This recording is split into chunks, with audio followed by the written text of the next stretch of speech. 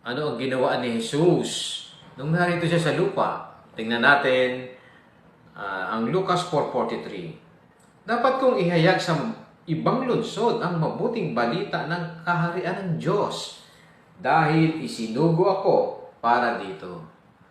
Ang pinakamahalagang gawain ni Jesus ay ang paghahayag ng mabuting balita ng kaharian ng Diyos.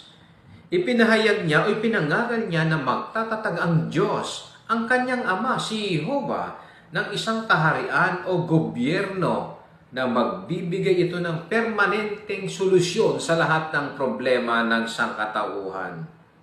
Napakahalaga kay Jesus ng kaharian ng Diyos. Masaya ka ba na malaman iyon? At isang magandang balita na kikilos ang Diyos, magtatatag siya ng isang gobyerno na tutupad sa lahat ng minaasahan